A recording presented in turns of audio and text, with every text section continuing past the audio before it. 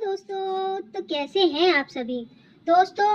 आज मैं फिर लेके आई हूँ एक पार्सल जो आप लोगों को रिव्यू करके बताऊंगी। आज मैंने ऑर्डर किया है मीशो से एक सेल्फी स्टिक जो कि ट्राइपॉड का भी काम करती है। ये देखिए इसकी लाइटिंग कितनी ही अच्छी है और इसकी सेल्फी स्टिक भी काफ़ी लंबी जिससे आप प्यारी प्यारी फोटो ले सकते हो और इसका स्टैंड भी आप कहीं इजी टू कैरी कर सकते हो। तो दोस्तों ये प्रोडक्ट पड़ा है मुझे 230 रुपए का। अगर आपको इसका लिंक चाहिए तो प्लीज़ मुझे फटाफट कमेंट करिए और प्लीज़ सब्सक्राइब करना तो ना ही भूलिए। आज के लिए इतना ही। Tata bye bye.